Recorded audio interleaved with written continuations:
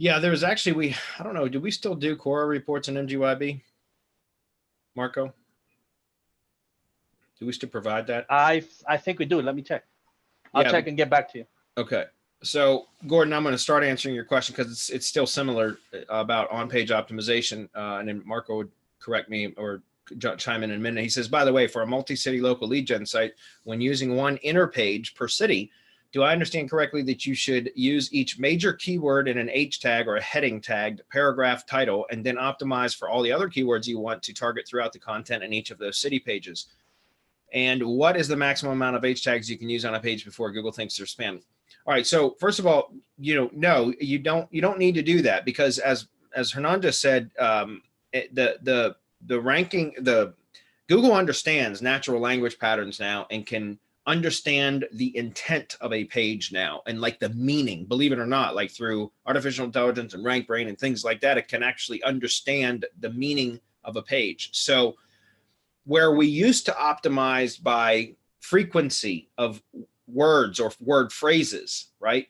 That's how we used to optimize it. We would look at keyword density as a determination of how well a page was optimized, because Google would use word frequency like as a way to determine how well or what a page was about. But it doesn't do that anymore, at least not to agree, at least not entirely. In fact, it will actually use word frequency as an over optimization sign. You know what I'm saying? Like if you continually hammer the same word phrase or phrase over and over and over again, and typically keywords are phrases, right? They're keyword phrases, not singular words.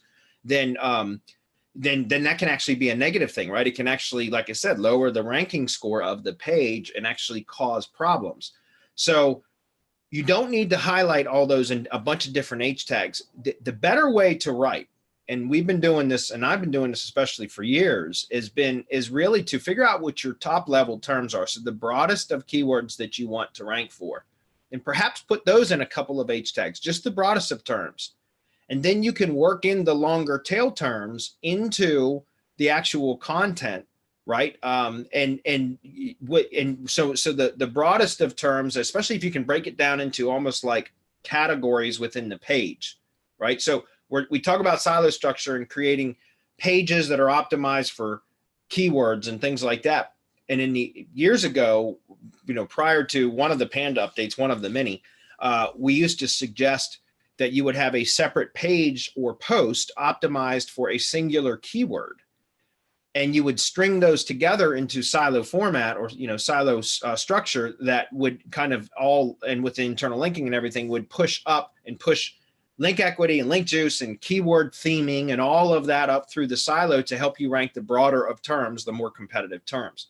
However, many years ago, I'd say 2014 timeframe, we found that was actually causing more problems. And one of the better ways to do it now is optimize a longer content page that you can actually break down like individual keyword themes in a hierarchy structure almost, that would go into separate paragraphs or sections. And H tags make sense there, right? So because those are heading tags. So it makes sense to break down a page into almost categories of content, right?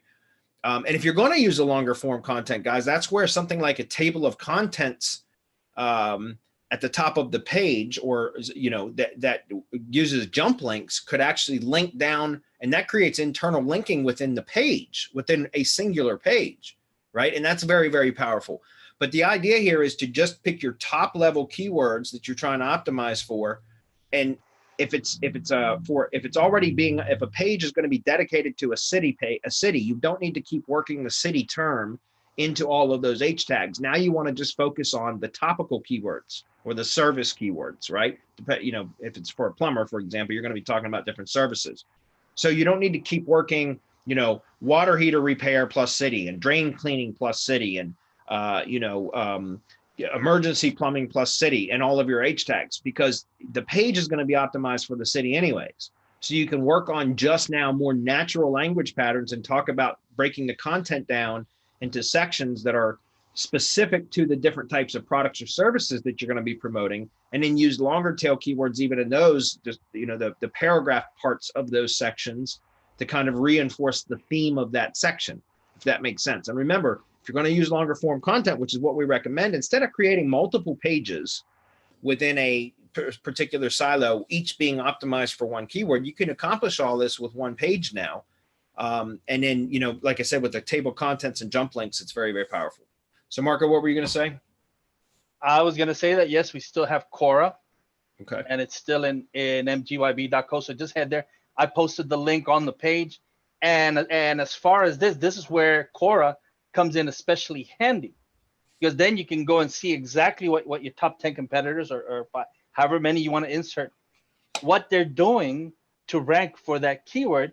You'll have all of this correlational data that you can apply to see if you can go or how far that'll take you towards taking down the competition. You're still going to need, I guess, your entity has to be right. Your on page has to be right.